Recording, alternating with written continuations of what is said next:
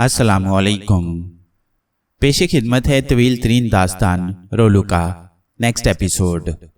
तेहरानी और दीगर मजदूर ताबूत के करीब जैक नस्ब करने लगे। काम में नहमाक पैदा हो गया। खामोशी के बावजूद मुख्तार के अलावा हर शख्स के चेहरे पर जोश और खुशी के मिले जुले जज्बात मौजूद थे। डॉक्टर बेग अब भी सोच रहा था कि तपाई पर रखी हुई दवाएं और दीगर मुरक्कबात हजारों साल गुजरने के बाद भी दौरे हाजिर तक कैसे बाकी रह सकते हैं। सबको अपने अपने कामों में मसरूफ देखकर मुख्तार ने इंतहाई आहिस्ता आवाज में हसन असगर से कहा, गेतारी, क्या वाकई रात को तुमने जो कुछ कहा है तुम उस पर अमल करोगे? हाँ अहमद, इसके अलावा और कोई चारा नहीं। फिर तुम्हें शायद नहीं मालूम कि बेदारी के बाद अपनी मौत रोकना मेरे इख्तियार में नहीं है। मैं मजबूर हूँ अहमद। कुदरत और कानून कुदरत से लड़ने की ताकत ना मुझ में है और ना तुम में। लेकिन अगर शहजादी बेदार ना हुई तो ये बिल्कुल नामुमकिन है। गेतारी की जिंदगी में ये बिल्कुल नामुमकिन है। इंसानियत जरूर जिंदा होगी और गेतारी इस दुनिया से जरूर चला जाएगा। अहमद, मुझे इस बारे में इतना यकीन है कि जिस तरह शाम को सूरज डूबने का यकीन है, और इसका सबूत ये देखो। और ये कहकर हसन असगर ने अपनी मिस्री अबा का दामन उठाकर मुख्तार को अपना अंदरूनी लिबास दिखाया। अबा के नीचे हसन असगर कफन पहने हुए था। मैंने खुद अपने ही हाथों अपना कफन पहन लिया है ताकि तुम्हें और तुम्हारे साथियों को मेरी वसीयत पर अमल करने में कोई दिक्कत ना हो। और मुख्तार एक जिंदा इंसान के जिस्म पर मुर्दों का कफन देखकर कांप गया। उसको अफसोस था कि कोई चीज उसके इख्तियार में नहीं है। एक लम्हा के लिए उसने सोचा भी कि हाथ मारकर वो तपाई पर रखी हुई तमाम अद्वियात फेंक दे और इस तरह इंसानियत की बेदारी नामुमकिन हो जाएगी। लेकिन जैसे वो सहरज़दा हो चुका था, इरादे के बावजूद उसके हाथों को हरकत न हुई। हस्बे वादा 1 घंटा के अंदर तेहरानी ने जैक को नस्ब कर लिया और ढक्कन उठाने की तमाम तैयारियां मुकम्मल कर लीं। तमाम अफराद बेचैनी के साथ ताबूत के नजदीक आ गए। लेकिन कबल इसके कि जैक हरकत में आता, हसन असगर ने कहा, इस ताबूत के अंदर इंजीर की लकड़ी का बना हुआ एक और ताबूत होगा जिस पर निहायत नफासत और खूबसूरती से रंगो रोगन किया होगा। हमें उसके लिए भी तैयार रहना चाहिए कि हमें उसके अंदर वाले ताबूत का ढक्कन भी खोलना है। हसन असगर, तुम मुझे नादान ना समझो। कदीम दस्तावेज में सब कुछ लिखा हुआ है और ये दस्तावेज मैं मुतअद्दिद बार पढ़ चुका हूँ। मैं ये भी जानता हूँ कि दस्तावेज में लिखे हुए ज़ाब्ते की हदायत के मुताबिक अंदरूनी ताबूत खोलने की अमले बेदारी शुरू करने में 1 लम्हा की ताखीर नहीं होनी चाहिए। ओह मेरे खुदा, वो मंजर भी कितना अजीब होगा कि शहजादी इंसानिया ने, अगर वो अभी तक वाकई जिंदा है, आखिरी बेदारी से कबल रामीस नाहम और देवता के काहिनों को कदीम तरीन मिस्री लिबास में अपने मकबरा के चारों तरफ देखा होगा। लेकिन आज जब वो बेदार होने के बाद अपनी आंख खोलेगी तो उसे फिरौन की बजाय, तेहरानी और काहिनों की बजाय हम सब अपने मगरबी और नीम अरबी लिबास में मलबूस नजर आएंगे। तेहरानी, मैं सोचता हूँ कि कहीं हम सबको देखकर डर ना जाए, वो हमें भूत ना समझ बैठे या हमें आलमे बाला के इंसान समझकर पागल ना हो जाए। डॉक्टर बेग ने अजराहे तमस्कर कहा, लेकिन तेहरानी के दिल में ये बात तीर की तरह बैठ गई। तुम वाकई ठीक कहते हो डॉक्टर, हमें से चंद आदमियों को वाकई कदीम मिस्रियों जैसा लिबास पहन लेना चाहिए। तेहरानी ने कुछ सोचकर कहा, नहीं, इसकी जरूरत नहीं है। हम सिर्फ ये बंदोबस्त करें कि जब शहजादी आंख खोले तो सबसे पहले उसकी निगाह मुख्तार पर पड़े और फिर मुझ पर। हसन असगर ने मदाखलत की, सिर्फ मुख्तार और तुम पर क्यों? हसामुद्दीन बेटे की मोहब्बत में घबरा गए। मुझ पर एतबार कीजिए और जो कुछ मैं कह रहा हूँ उस पर अमल कीजिए। आपके इस पिदराना और मुशफ़िकाना सवाल का जवाब आपको आइंदा सातों में मिल जाएगा। खैर, फिलहाल इस संगी ताबूत का ढक्कन उठने दो। तेहरानी ने यह कहकर जैक की मशीन का बटन दबाया। मशीन का आहनी पंजा हरकत में आया। पत्थर खिसकने की एक हल्की सी आवाज पैदा हुई। 1 इंच, 2 इंच, 3 इंच। पत्थर मुसलसल उठ रहा था। हर शख्स दम बखुद था। सबकी निगाहें उठते हुए पत्थर पर जमकर रह गई थीं। 10 मिनट के अंदर इंतहाई हिफाजत के साथ मशीन ने ढक्कन को ताबूत से 3 फुट ऊपर बुलंद कर लिया और फिर सबने ताबूत के अंदर जो कुछ देखा उसने दस्तावेज की असलियत और सदाकत की मुकम्मल तस्दीक कर दी। पत्थर के ताबूत के अंदर इंजीर की लकड़ी का बना हुआ एक खुशनुमा कवलनुमा ताबूत मौजूद था, जिसके ढक्कन पर शहजादी इंसानिया की एक रंगीन फोटो बनी हुई थी, बिल्कुल उसी तस्वीर की तरह जो खान बहादुर हसामुद्दीन की लाइब्रेरी में मौजूद थी। फर्क सिर्फ ये था कि उस तस्वीर में इंसानिया की नीली आंखें खुली हुई थीं और वो खड़ी हुई थी, लेकिन इस तस्वीर में उसकी आंखें बंद थीं और वो अपने सीने पर दोनों हाथ रखे हुए लेटी हुई थी। लकड़ी का ये ताबूत और उस पर बनी हुई तस्वीर देखकर मकबरा में मौजूद हर फर्द का दिल लरज़ गया। वैसी ही पलकें, वैसे ही सुनहरी बाल, वैसा ही सफेद लिबास, वही पाकीज़ा माह पैकर, मिस्री हुस्न का वही शाहकार, मुख्तार के ख्वाबों का सुकून, शहजादी तानिया की अजूबा यादगार तस्वीर। ये तस्वीर कदीम मिस्री फ़न का मौजज़ा थी या फ़रेब नज़र, लेकिन काश इस तस्वीर को देखने के बजाय कोई शख्स हसन असगर के चेहरे की तरफ देख लेता, जिस पर बतदरीज एक लाफानी सुकून फैलता जा रहा था। मुख्तार के मजबूत जिस्म में रेशा आ गया। बस इसी ताबूत में दुनिया की हसीन तरीन औरत अपने महबूब के इंतजार में हजारों साल से सो रही है। किसी को कुछ होश न था, वरना वो ये जरूर देख लेते कि डरे और सहमे हुए मिस्री मजदूर इंतहाई खामोशी के साथ दबे पांव मकबरे से बाहर जा चुके हैं। हैरतनाक और नाकाबिले तसव्वुर डॉक्टर बेग की जुबान से बेसाख्ता निकला, लेकिन एक जिंदा और ठोस हकीकत हसामुद्दीन ने गोया तस्दीक की। मुझ में अब मजीद जब्त नहीं, मैं इस संदूक का ढक्कन भी खोलना चाहता हूँ। तेहरानी की आवाज में फिर ताश मौजूद था। नहीं नहीं, बिल्कुल नहीं। मकबरा में एक तेज आवाज गूंजी। मैं अपने गेतारी को नहीं जाने दूंगा। मेरी नजरों के सामने ऐसा नहीं हो सकता, ऐसा नहीं हो सकता। और पागलों की तरह चीखता हुआ मुख्तार ये कहते ही पूरी तरह बेहोश हो गया। इस खिलाफे तवक्को हादिसे ने पार्टी का प्रोग्राम दरहम बरहम कर दिया। हैरानी इस बात पर थी कि मुख्तार बेहोश क्यों हो गया, वो किसको जाने से रोकना चाहता है, ये गेतारी कौन है। सबसे ज्यादा हसामुद्दीन को थी। उसका इकलौता बेटा इस तरह बेहोश हो जाएगा, ये उसके काबू ख्याल में भी ना था। आप परेशान ना हो, मुख्तार को अभी चंद मिनट में होश आ जाएगा। हसन असगर ने मुख्तार को फर्श पर लिटाते हुए कहा, होश आए या ना आए, आज का काम खत्म किया जाता है। लकड़ी का ताबूत कल खोला जाएगा और बेदारी का काम भी कल ही किया जाएगा। तेहरानी ने फैसला कुन अंदाज में कहा, लेकिन मेरा ख्याल है कि आज ही खत्म हो जाए। हसन असगर ने बुझे हुए अंदाज में मुदाखलत की। नहीं, मैं किसी ज़हनी उलझन या इज़्तिराबी कैफियत के साथ इतना अहम काम नहीं कर सकता हसन असगर। इसके बाद तुम खुद समझदार हो, तेहरानी ने फैसला किया। पत्थर का ढक्कन मशीन की मदद से दोबारा बंद किया गया और बेहोश मुख्तार को लेकर तमाम अफराद खैमा की तरफ रवाना हो गए। हसामुद्दीन की आंखों में आंसू आ चुके थे। बेहोशी और अचानक बेहोशी हर फर्द के लिए एक राज बन चुकी थी। सिर्फ हसन असगर जानता था कि ऐसा क्यों हुआ और मुख्तार की अचानक बेहोशी का राज क्या है। बेचारा अहमस, उसे क्या मालूम था कि तकदीर की लकीरों को कोई नहीं मिटा सकता। गेतारी की रवानगी मुकद्दर बन चुकी है। आज नहीं तो कल उसे जाना ही पड़ेगा। खेमे वालों के लिए ये शाम बड़ी उदास और बेकैफ थी। मुख्तार को होश आ चुका था, लेकिन वह बिल्कुल खामोश रहा। उसने किसी के सवालों का जवाब नहीं दिया और पलंग पर ही लेटा रहा। उधर हसन असगर के इमा पर फैसला किया गया कि चूंकि मजदूर भाग चुके हैं, इसलिए तमाम रात मकबरे के चारों तरफ पहरा दिया जाए। बात माकूल थी, इसलिए मान ली गई और तेहरानी, हसामुद्दीन, डॉक्टर बेग, हसन असगर और प्रोफेसर अरशद ने मुसल्ला होकर पहरा देना शुरू कर दिया। मकबरा के चारों कोनों में एक एक आदमी की ड्यूटी थी और हसन असगर की यह जिम्मेदारी थी कि वह चारों तरफ घूमता रहे। होश में आने के बाद मुख्तार को तमाम बातें याद आईं और ये सोचकर उसका दिल खुशी से मामूर हो गया कि उसने कम से कम एक ही दिन के लिए अपने दोस्त की जिंदगी बढ़ा दी है। वरना हकीकत यह है कि इंतानिया के सिलसिले में उसकी बेताबी का यह आलम था कि अगर उसके इख्तियार में होता तो वो उसी वक्त ताबूत का ढक्कन उठाकर मसरूफे ख्वाब को बाहर निकाल लेता। मुख्तार इन्हीं दिल खुशकुन तसव्वुर में मगन था और उधर हसीन चांद की खूबसूरत और सीमी अफशां चांदनी में जो वादी बेगमात फिरौन में फैली हुई थीं, पांचों आदमी मुस्तादी से अपने फर्ज की तकमील कर रहे थे। आज के हादसे ने हसामुद्दीन को सबसे ज्यादा लर्ज़ा किया था।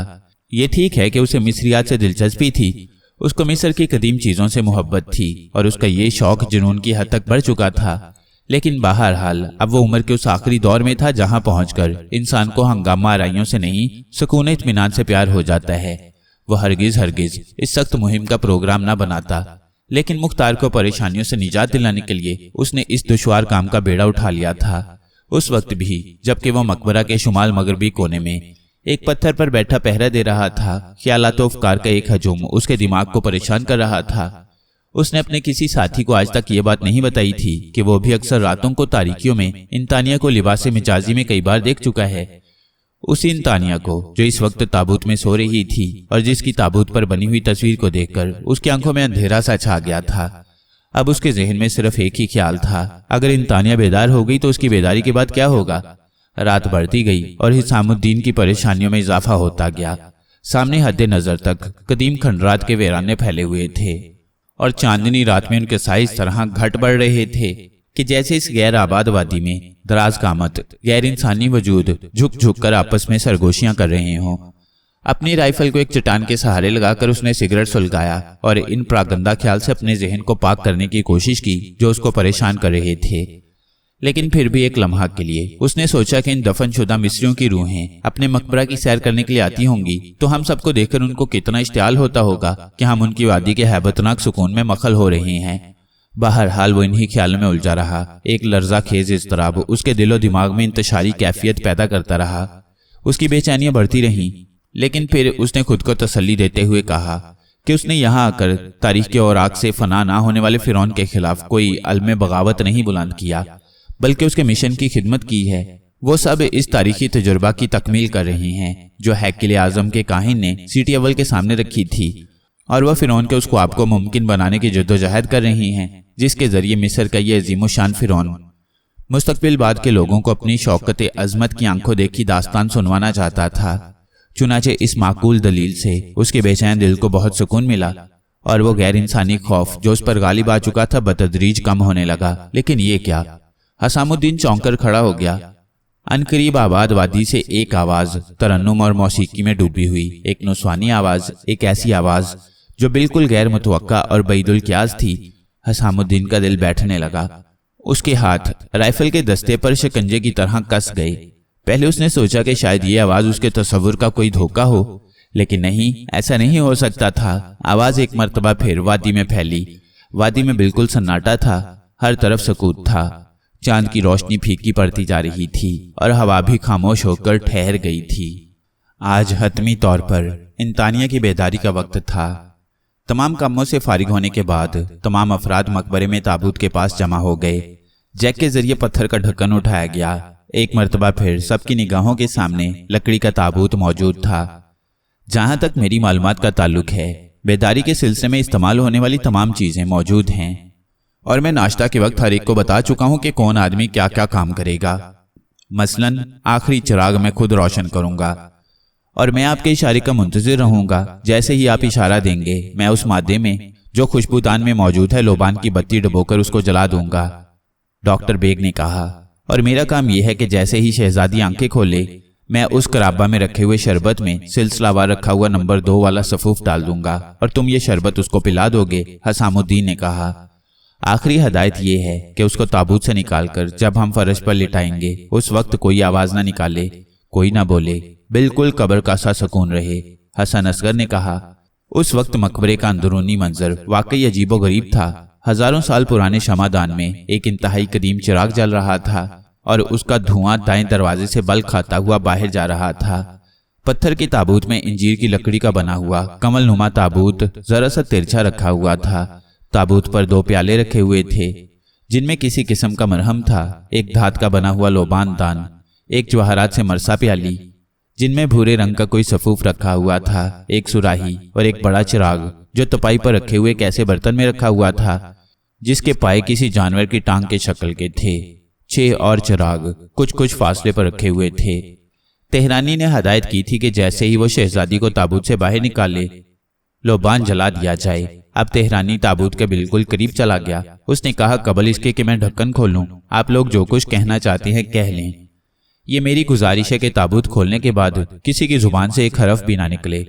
और तेहरानी की इस आखिरी हदायत के तहत हसन असगर ने मुख्तार के कान में कहा, शहजादी की बेदारी में अब सिर्फ चंद सातों की देर है।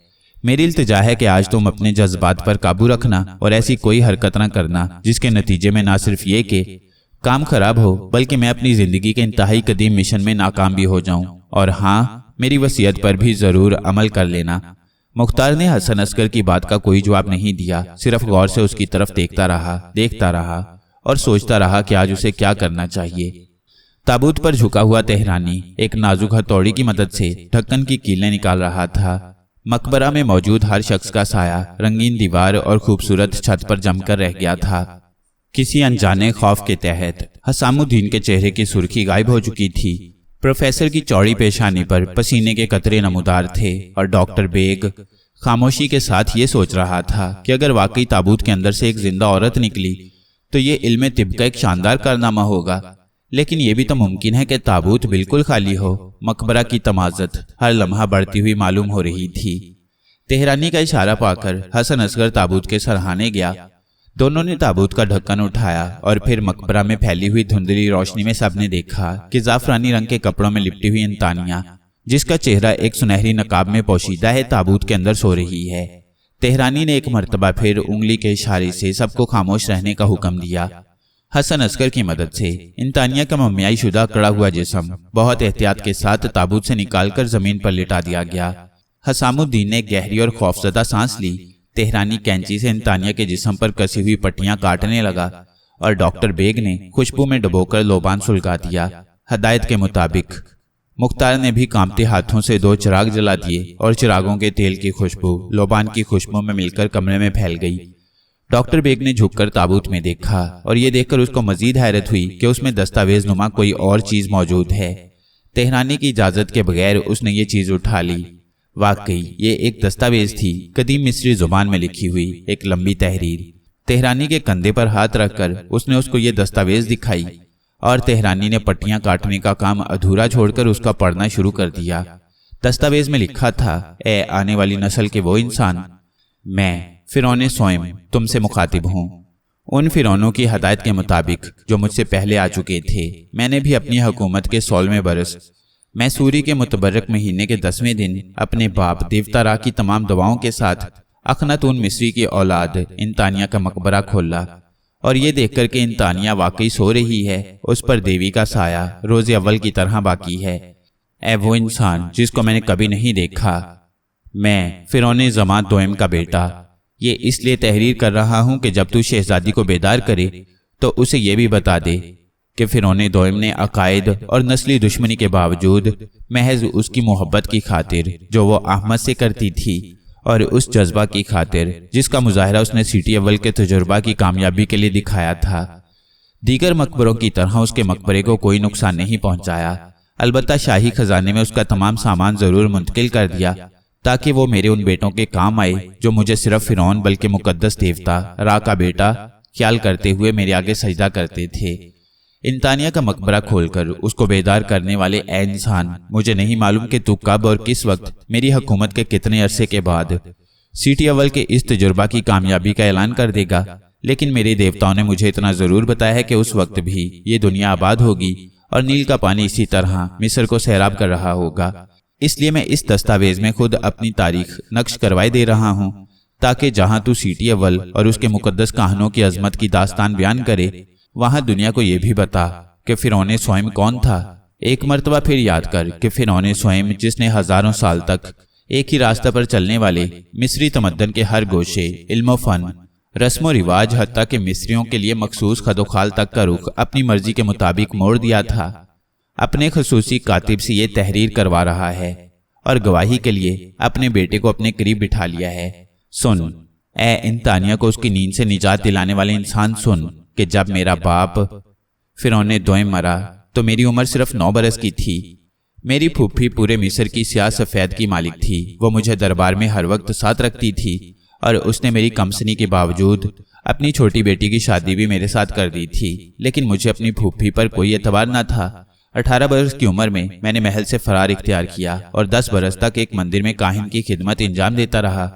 اس کے بعد میں برسوں ان دور دراز دلدلی اضلاع میں چھپتا چھپاتا رہا جو پھوپھی کی دسترس سے دور تھے۔ جیلا وطنی کے یہی وہ دن تھے جب میں نے آئین جہاں بانی کے اسرار و رموز سیکھے، اور پھر تنگ آ کر میں نے ملکہ مصر یعنی اپنی پھوپھی کو سازش کے ذریعے زہر دے کر مار ڈالا۔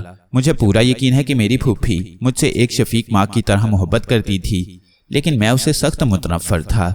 اتنا کہ 31 سال کی عمر میں جب میں تخت پر بیٹھا تو میں نے ہتھی کی تعمیر کردہ تمام عمارتوں سے ملکہ کا نام تک نکال ڈالا اور یا پھر انہیں مسمار کر دیا۔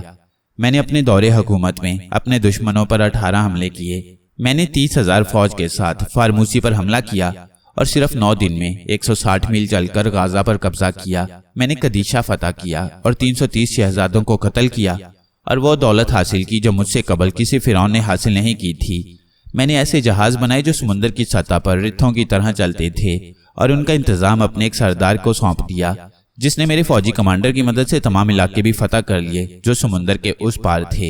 اے انتانیہ کے نجات دہندہ، تو اپنی دنیا کے عالموں اور فاضلوں کو بتا دے کہ میرے دشمنوں نے کبھی مجھ سے آنکھیں نہیں ملائیں اور جنگ میں ہمیشہ لومڑیوں کی طرح میرے مقابلے پر بھاگ نکلے، میں نے اشوریا سے بھی خراج وصول کیا اور اپنی فوج کے ساتھ ایک ایسے ملک میں پہنچ گیا جہاں ہاتھیوں کی بے پناہ کثرت تھی۔ اس ملک میں میں نے 120 ہاتھیوں کو شکار کیا اور جب واپس آیا تو اپنے ساتھ 3 غلام بھی لایا، جن کو دیکھ کر میری قوم کو بے انتہا مسرت ہوئی۔ میں نے مصر کو خوشحال بنانے کے لیے اپنے مفتوحہ ملکوں سے سونے اور چاندی کی صورت میں خراج وصول نہیں کیا، بلکہ ان سے خوبصورت عورتیں، سنگ تراش اور فنکار مانگے۔ بطور خراج آئی ان عورتوں سے میری قوم نے کرخت، روکھے، خشک اور باروب مصریوں کی بجائے ملائم، نازک، چھوٹی، خمیدہ ناک اور ہلکے تبسم والے بچے پیدا کیے۔ اے اس تحریر کو پڑھنے والے انسان، میرے دشمن مجھے خونخوار، ظالم اور سنگدل کہتے تھے، لیکن ان کا یہ الزام غلط تھا۔ میں انتہائی عفو پرور، رحم دل اور نیک فرعون تھا۔ ایک شریف لیکن بہادر دشمن کی طرح میں اپنے بدترین دشمنوں تک کو معاف کر دیتا تھا۔ میں نے کبھی بھی اپنے نفس سے محبت نہیں کی، اور اس کا زندہ ثبوت یہ ہے کہ جب میں نے انطانیہ کا تابوت کھولا تو اس کا چہرہ دیکھ کر جو دیوی ستار سے مشابہ تھا میں اس پر عاشق ہو گیا۔ لیکن جب میں نے اپنے کاہنوں سے یہ سنا کہ انطانیہ اپنے محبوب کے انتظار میں سیٹی اول کے کسی طبی تجربہ کے تحت سو رہی ہے تو میں نے اس کو بیدار کر کے اپنی ملکہ بنانے کا ارادہ ترک کر دیا اور تمام عمر اپنی واحد حتشب ست پر ہی اکتفا کیا۔ اس لیے اے انطانیہ کو جگانے والے نیک انسان، میں فرعون سوئم تجھ سے یہ چاہتا ہوں کہ بیدار کرنے کے بعد تو انطانیہ کو کوئی تکلیف نہ دے اور ہر ممکن کوشش کر کہ اس کو اس کے محبوب احمد سے ملا دے۔ میری طرف سے اس کا یہ انعام ہے کہ میں نے انطانیہ کے تابوت کے بائیں طرف 5 قدم چلنے کے بعد فرش سے 3 ہاتھ نیچے سونے کے اتنے ٹکڑے دفن کر دیے ہیں جن کا بوجھ ایک تنہا آدمی نہیں اٹھا سکتا۔ انطانیہ کو بیدار کر کے اس کو اس کے محبوب سے ملانے والے اے نیک دل انسان، تجھ پر مصر کے تمام دیوتاؤں کی نوازش کی بارش ہو۔ یہ سونا میں تجھے اپنی طرف سے بخش رہا ہوں۔ تہرانی نے تحریر ختم کی، مسرت بھری نظروں سے حسام الدین کی طرف دیکھا، گویا یہ کہہ رہا ہو کہ مہم کے اخراجات ہونے کے علاوہ ایک ایسی رقم بھی ہاتھ آ رہی ہے جس کا وہم و گمان بھی نہ کیا جا سکتا تھا۔ وہ پھر انطانیہ کے جسم سے ممیائی کی ہوئی پٹیاں کاٹ رہا تھا۔ مختار نے دیکھا کہ پھٹی ہوئی پٹیوں کے درمیان شہزادی کے نازک شانے چراغ کی روشنی میں چاندی کی طرح چمک رہے تھے، اور ان میں سے نکلتے ہوئے بازو ایسے معلوم ہوتے تھے جیسے وہ کھلتے ہوئے کمل کے پھول۔ اب تہرانی نے آہستہ سے سنہری نقاب اس کے چہرے سے ہٹایا اور جیسے ہی سر سے دستار باندھے رومال کو علیحدہ کیا، بل کھاتے ہوئے سنہرے بال اس کے چاند سے چہرے پر منتشر ہو گئے۔ سب نے غور سے دیکھا، نقاب کے پیچھے ایک نرم و نازک سفید چہرہ تھا، خم کھائی ہوئی لمبی پلکیں بند تھیں، رخسار گلاب کی طرح سرخ تھے، ہونٹوں پر ایک بکھری ہوئی محسوس ہونے والی مسکراہٹ تھی، اور یہ اسی عورت کا سوتا ہوا جسم تھا جس کی تصویر حسام الدین کی لائبریری میں موجود تھی۔ کامل سکوت میں انتہائی ضبط کے باوجود مختار کے منہ سے ایک چیخ نکل گئی۔ چمکیلی اور عزم سے بھری ہوئی آنکھوں سے تہرانی نے مختار کی طرف دیکھا، ہاتھ کے اشارے سے چپ رہنے کی تاکید کی، اور پھر پروفیسر کی طرف دیکھا جس نے ڈر اور خوف کے تاثرات کے باوجود آخری 2 چراغ بھی بجھا دیے۔ اب مختار پھٹی آنکھوں سے کبھی انطانیہ کی طرف دیکھتا تھا اور کبھی بت کی طرح خاموش حسن عسکر کی طرف۔ اضطراب اور بے چینی کی لہریں اس کے پورے جسم میں دوڑ رہی تھیں، دل زور زور سے دھڑک رہا تھا۔ ابھی انطانیہ ہوگی اور حسن اصغر ہم سب کے سامنے مر کر اس دنیا سے چلا جائے گا۔ ادھر مختار اس الجھن میں تھا، ادھر تہرانی اس ضابطہ پر عمل کر رہا تھا جس کی تفصیل قدیم مصری دستاویز میں درج تھی۔ تپائی پر رکھی ہوئی شیشی سے ایک سیال مادہ اپنے ہاتھوں پر انڈیل کر اس نے شہزادی کے جسم پر ملا، پھر اسی تیل میں کپڑا ڈبو کر اس کو جلتی ہوئی آگ میں ڈال دیا اور اسی خوشبو کے دھوئیں سے انطانیہ کو دھونی دی۔ اس آخری عمل کے بعد اس نے 7واں اور آخری چراغ بھی روشن کر دیا۔ انطانیہ بیدار ہونے جا رہی تھی اور حسام الدین میں اتنی ہمت نہ تھی کہ وہ ہزاروں سال سے سوتے ہوئے جسم کو ایک مرتبہ پھر زندگی کی بھرپور سانسیں لیتے ہوئے دیکھے۔ آنکھوں ہی آنکھوں میں اس نے تہرانی سے باہر جانے کی اجازت مانگی اور ڈاکٹر بیگ کو ساتھ لے کر بلا آواز قدموں کے ساتھ مقبرہ کے باہر چلا گیا۔ ہوا، مجھے ٹھنڈی ہوا کی سخت ضرورت ہے۔ باہر آتے ہی حسام الدین نے ڈاکٹر بیگ سے کہا جس کا چہرہ ہلدی کی طرح زرد ہو رہا تھا، پانی پی لیجئے خان بہادر صاحب۔ ڈاکٹر بیگ نے یہ کہہ کر ٹھنڈے پانی کی بوتل حسام الدین کے منہ سے لگا دی۔ حسام الدین نے ایک ہی سانس میں بوتل خالی کر دی۔ چند منٹ تک گہری گہری سانسیں لیں اور جب طبیعت کچھ سکون پر آئی تو ڈاکٹر سے انتہائی نحیف آواز میں کہا، آپ چاہیں تو مجھے چھوڑ کر انطانیہ کی بیداری کا ہوش ربا منظر دیکھیں، نہیں آپ کی طبیعت ٹھیک ہونے تک میں یہیں آپ کے پاس موجود رہوں گا۔ ڈاکٹر بیگ نے ہمدردانہ لہجے میں کہا، اب میں ٹھیک ہوں ڈاکٹر، لیکن خدا کی قسم انطانیہ کو بیدار ہوتے دیکھ کر میرے بوڑھے دل کی حرکت ضرور بند ہو جاتی۔ آپ کی ہی نہیں ذہنی اعتبار سے خود میری حالت بھی دگرگوں ہو رہی ہے۔ آپ خود فیصلہ کیجئے کہ ساری عمر ایک خاص اعتقاد اور مخصوص نظریہ حیات پر قائم رہنے کے بعد جب میں خود اپنی آنکھوں سے ان نظریات کی تردید ہوتے دیکھوں تو میرے دل و دماغ کی کیا کیفیت ہوگی۔ حسام الدین صاحب، آج میں نے بنظر خود ایک ایسی چیز کا مشاہدہ کیا ہے جس نے میرے پیشے کے اس ڈھانچہ کو جس پر میری زندگی کی مدار ہے مسمار کر کے رکھ دیا ہے۔ وہ کیمیاوی اصول و تراکیب جن کو میں ایک ڈاکٹر کی حیثیت سے بغیر کسی حجت کے مانتا چلا آیا ہوں بالکل باطل ثابت ہو رہی ہیں، اور میں یہ فیصلہ کرنے پر مجبور ہوں کہ حیات انسانی کی نشو و نما کے لیے ہمیں اسی بعید از فہم علم مصری کے مطالعہ کی ضرورت ہے جس کی بنیاد پر شہزادی کے زندہ جسم کی ممی بنائی گئی تھی۔ آپ ٹھیک کہتے ہیں ڈاکٹر، بہرحال آپ چاہیں تو مجھے چھوڑ کر اندر جا سکتے ہیں۔ حسام الدین کی آواز میں اب بھی کمزوری باقی تھی۔ میں یہیں بیٹھ کر آپ سب کی کامیاب واپسی کا انتظار کروں گا۔ نہیں، میں یہیں رہوں گا، کامیابی کی اطلاع خود یہاں آ جائے گی، ڈاکٹر بیگ نے حسام الدین کو ڈھارس دینے کے انداز میں کہا، اور اس کے بعد دونوں خاموش ہو کر مقبرہ کے داخلی دروازے کی طرف بڑھنے لگے۔ ادھر مختار، حسن اصغر اور تہرانی سوتی ہوئی انتانیہ کی طرف دیکھ رہے تھے۔ حسن اصغر کے چہرے پر بے انتہا سنجیدگی چھائی ہوئی تھی اور تہرانی یہ اندازہ لگا رہا تھا کہ انتانیہ کی بیداری میں اب کیا کسر باقی رہ گئی ہے۔ مدھم روشنی میں انتانیہ کا ساکت اور چھریرا بدن ایک بت کی طرح زمین پر پڑا تھا۔ ہر لمحہ اس کی بیداری کی امید تھی اور ہر لمحہ نا امیدی۔ مختار کی نظریں انتانیہ کے دیدہ زیب چہرے پر جمی ہوئی تھیں۔ وہ یہ چہرہ مصر آنے سے قبل تغلق آباد کے کھنڈروں میں بھی دیکھ چکا تھا، لیکن جب یہ حسین پیکر اپنے مقبرہ کے قلبی کمرہ میں ایک لامتناہی مدت سے سویا ہوا تھا اور اسی دن سے اس کا دل کہہ رہا تھا کہ انتانیہ کو زندہ دیکھنے کے لیے مقدر ہو چکا ہے، اور غالباً اس کی تخلیق کا مقصد بھی یہ تھا کہ زندہ ممی ہونے کے بعد محبت کی قربان گاہ پر انتانیہ کی قربانی رائگاں نہ جائے۔ پھر یہ کیسے ممکن تھا کہ وہ اپنے خوابوں میں بسنے والی حور طلت دوشیزہ سے نہ ملتا؟ مختار نے غور سے انتانیہ کی بند آنکھوں کی طرف دیکھا۔ نیلی آنکھیں بند تھیں، لمبی سیاہ پلکیں جھکی ہوئی تھیں، سنہری بال ہوا میں لہرا رہے تھے، اور یہ کیا؟ شہزادی کے سینے میں اتار چڑھاؤ شروع ہو گیا۔ انتانیہ نے ہزاروں سال بعد نئی زندگی کی پہلی سانس لی، اور پھر ایک نحیف سی آہ کے ساتھ مقبرے کی خاموشی ٹوٹ گئی۔ شہزادی انتانیہ نے اپنی آنکھوں کے دل نواز پردوں کو دھیرے دھیرے کیف آفریں سکون سے اٹھایا، اپنے اوپر جھکے ہوئے چہروں کو چند لمحات تک تعجب سے دیکھا۔ تہرانی نے لپک کر کرابہ میں رکھے ہوئے شربت میں سفوف ملا کر اس کے سوکھے لبوں سے ملا دیا۔ بلا کسی توقف کے شہزادی نے اس کے چند گھونٹ پی لیے، اور پھر کمرے میں ایک ایسی آواز آئی جیسے کوئی سوکھا ہوا درخت گر پڑے، جیسے کوئی آہنی ستون پلک جھپکتے میں منہدم ہو جائے، جیسے کوئی پتھر لڑک کر نشیب کی طرف چلا جائے۔ مختار، تہرانی اور پروفیسر نے اس غیر متوقع آواز کی طرف دیکھا، اور اب ان کے منہ سے بھی ایک چیخ نکل گئی۔ حسن اصغر کھڑے کھڑے زمین پر گر چکا تھا۔ تھکے ہوئے مسافر کو منزل پر پہنچتے ہی نیند آ گئی تھی۔ ہزاروں سال بعد بیدار ہوتی ہوئی، اور وہ ہزاروں سال کی بیداری کے بعد نیند کی آغوش میں جاتا ہوا۔ آواز مقبرہ کے باہر بھی پہنچی۔ حسام الدین اور ڈاکٹر بیگ بھی دوڑ کر اندر آ گئے، اور تہرانی رکت آمیز آواز سے بولا، انتانیہ بیدار ہو کر زندگی کی سانسیں لے رہی ہے، لیکن غالباً حسن اصغر اس ہوش ربا منظر کو دیکھتے دیکھتے بے ہوش ہو گیا ہے۔ آپ ذرا اس کی خبر لیں، میں جلتے ہوئے چراغ بجھا دوں تاکہ انتانیہ اندھیرے میں اپنی پوری آنکھیں کھول سکے۔ نہیں ڈاکٹر بیگ، حسن اصغر کو ہوش میں لانے کی ضرورت نہیں، اس کا وعدہ پورا ہوا اور اب وہ مر چکا ہے۔ مختار کی آواز اس بے پایہ مسرت کے باوجود جو اسے انتانیہ کو بیدار ہوتے دیکھ کر بجھ سی گئی تھی۔ غم زدہ نظروں سے اس نے بھی کبھی انتانیہ اور کبھی پتھرائے ہوئے حسن اصغر کی طرف دیکھا۔ انتانیہ کی معصومانہ نظریں مختار کے چہرہ پر جمی ہوئی تھیں، اور حسن اصغر کی ساکت و جامد بے نور نظریں دور، بہت دور خلا کی طرف دیکھ رہی تھیں، جہاں اس کی روح پرواز کرتی ہوئی اپنے اسلاف سے ملنے جا رہی تھی۔ ہر ایک کے لیے حسن اصغر کی اچانک موت ایک اسرار سی بنی ہوئی تھی، لیکن مختار جانتا تھا کہ آج حسن اصغر نہیں، گیتاری مرا ہے، وہ گیتاری جس کی طویل زندگی کا واحد مقصد انتانیہ کی بیداری تھا۔ لیکن وہ کچھ بھی نہ کہہ سکا۔ لرزتے ہوئے آنسوؤں کی 2 بوندیں اس کی آنکھوں میں چھلکیں، اور اس نے حسن اصغر کے بے جان ہاتھوں کو اپنے ہاتھ میں لے کر کہا، خدا حافظ دوست، خدا حافظ۔